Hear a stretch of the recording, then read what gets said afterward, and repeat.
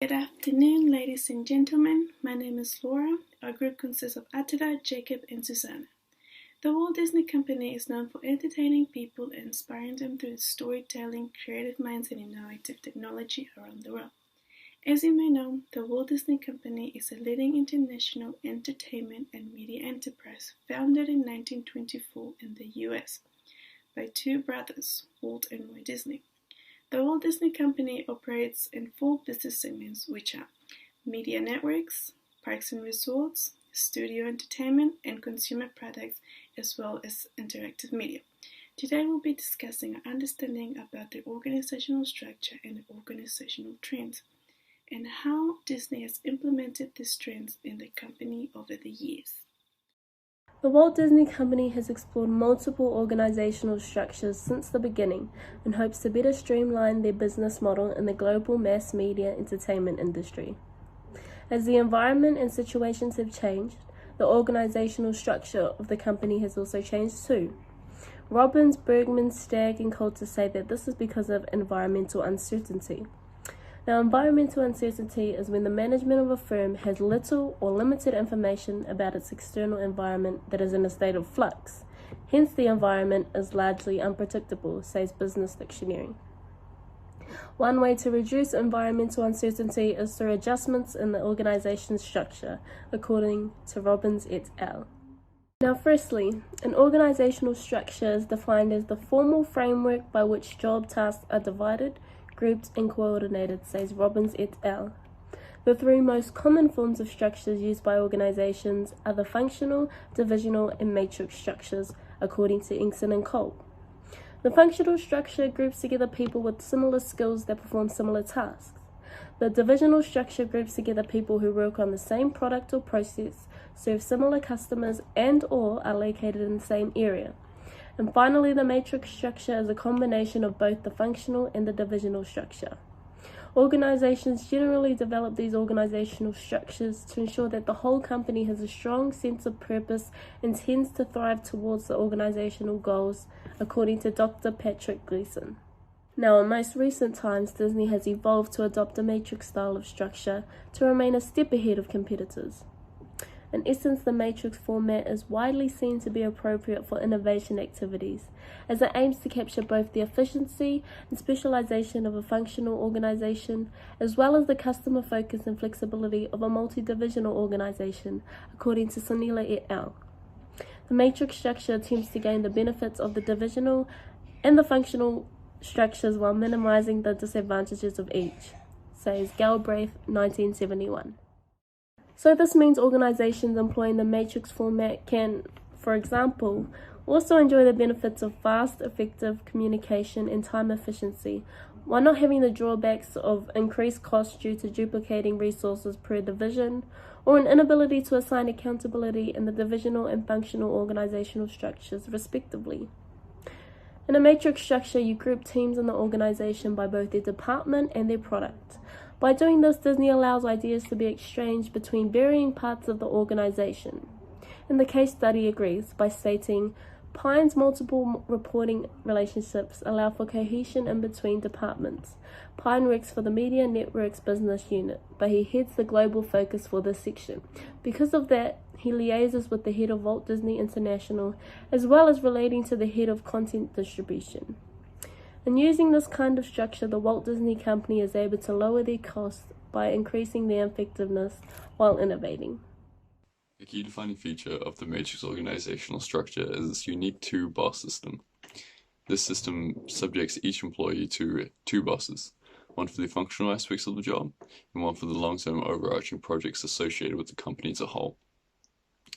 The system was put into place to promote accountability, as you have two bosses to report to and different milestones for each, and it also helps promote cooperation and communication across the company as a whole. The CEO of Disney, Bob Iger, utilizes a cooperative multi-divisional technique, also known as the M-form structure, within Disney.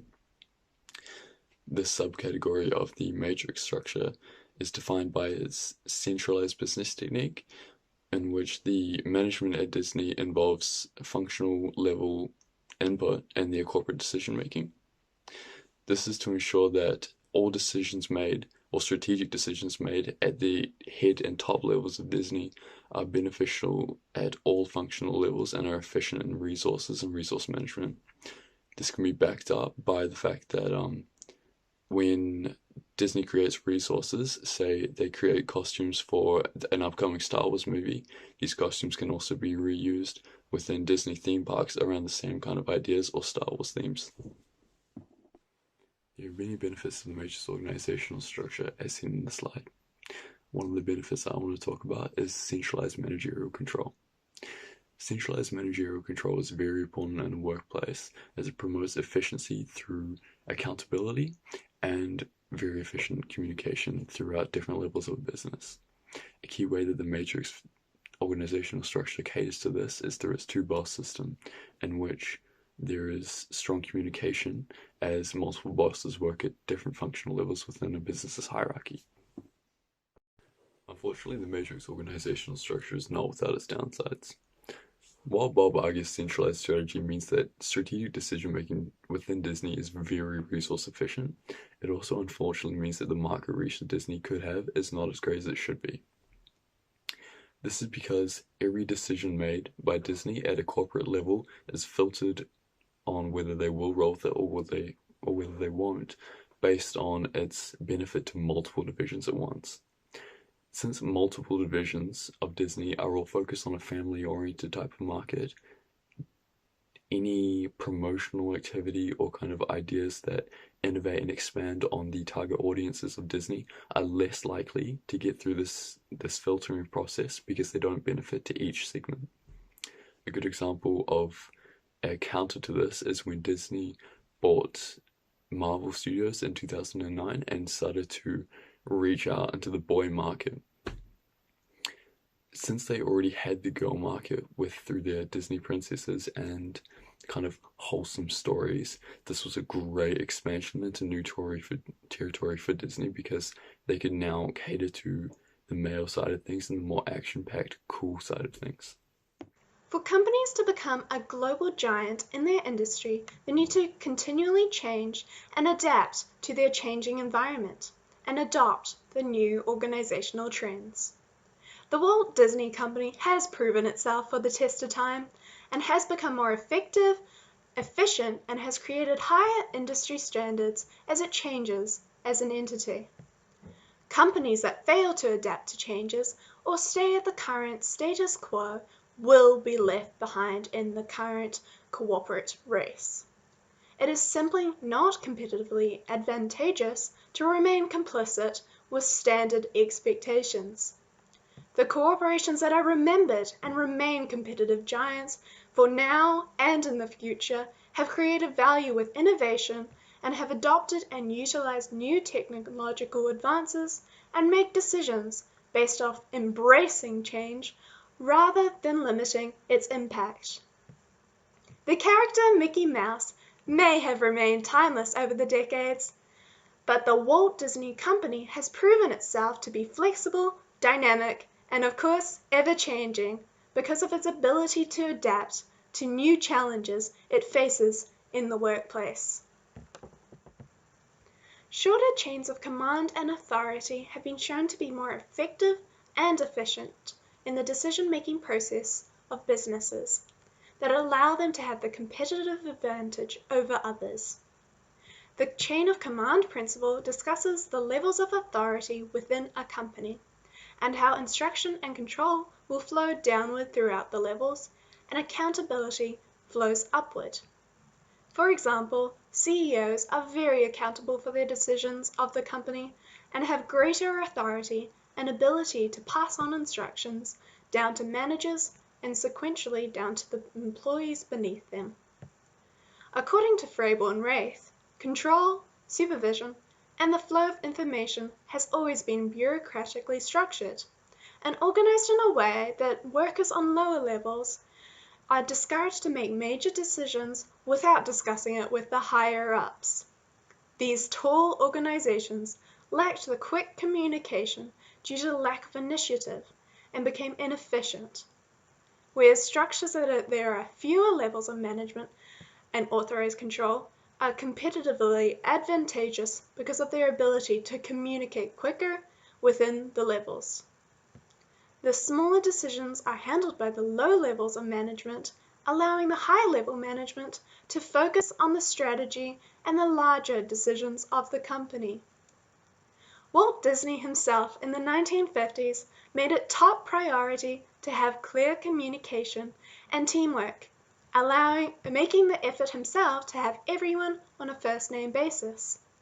This more flexible structure allows his company to be effective at quick decision-making, with the flow of information being much quicker.